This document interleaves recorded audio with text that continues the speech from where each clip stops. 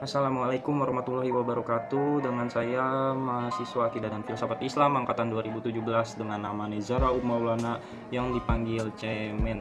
Saya akan mereview jurnal untuk mengajukan ulangan akhir semester saya di semester ganjil ini bersama Bu Hana di mata kuliah agama dan gender. Nah, lanjut ke review jurnal, saya mendapatkan judul dari Google yang tema ini sangat menarik bagi saya dan akan dipresentasikan pada kelompok 2 di hari esok, di pekan esok. Nah, judul tersebut adalah konsep nusyuz dan kekerasan terhadap istri, perbandingan hukum positif dan fikih.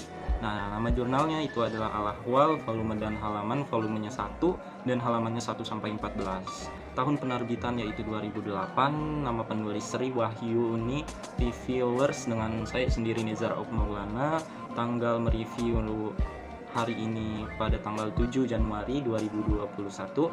Nah, latar belakang yang membuat penulis ini mengungkapkan isi hatinya tentang nusyus ini adalah konsep nusyus istri terhadap suami yang dirumuskan ulama terdahulu sebagai ketidaktaatan istri terhadap suami seperti keluar rumah tanpa izin suami dan lain sebagainya. Kiranya perlu ditinjau kembali. Konsep nusyus dalam hukum Islam sebenarnya tidak melegalkan segala bentuk kekerasan terhadap istri.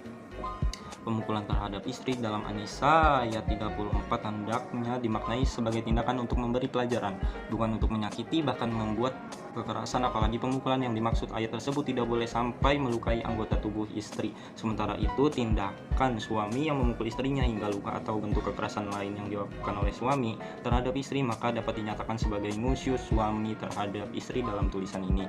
Apa sih permasalahan yang timbul dalam jurnal ini? Tulisan ini mencoba membahas tentang konsep nusyus dalam fikih dan melakukan upaya reinterpretasi terhadap perintah pemukulan terhadap istri yang nusyus tersebut sehingga tidak dianggap sebagai pelegalan terhadap bentuk kekerasan dalam bentuk rumah tangga sebagaimana telah diatur dalam hukum positif di Indonesia. Apa sih tujuan penelitian ini? Nah, tujuan penelitian ini penulis mencoba melakukan reinterpretasi terhadap konsep nusyus dan pemukulan tersebut sebagai upaya meminimalisasi tindak kekerasan dalam rumah tangga. Nah, lanjut ke metode penelitian. Apa sih metode penelitian yang digunakan oleh penulis? Jadi, menginterpretasikan mengenai ayat Al-Quran dan Undang-Undang Dasar yang ada pastinya pada agama dan negara Indonesia agar terpecahkannya permasalahan nusyus dan kekerasan terhadap istri, serta tidak lupa dengan metode deskriptif yang terdiri dari kumpulan informasi seperti kalimat atau kutipan-kutipan yang didapatkan dari jurnal, artikel, atau tulisan lainnya. Apa sih hasil penelitian ini?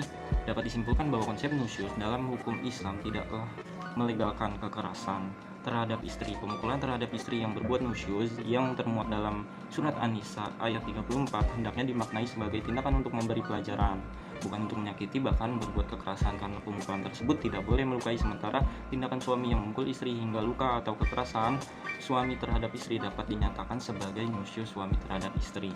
Nah, konsep nusyuz istri tersebut suami yang dirumuskan ulama terdahulu sebagai ketidaktaatan istri terhadap suami yang mengikuti keluar rumah tanpa izin dan sebagainya perlu ditinjau kembali, bahkan berdasarkan hadis yang memperbolehkan suami memukul istrinya yang berbuat zina, juga ayat yang memperbolehkan suami mempersulit istrinya. Di Al-Baqarah ayat 229 dapat dirumuskan bahwa perbuatan nusyuz istri terhadap suami sehingga suami diperbolehkan memukulnya adalah ketika istri berbuat fahisyah mubayyinah, terbukti melakukan perbuatan yang keji yaitu zina.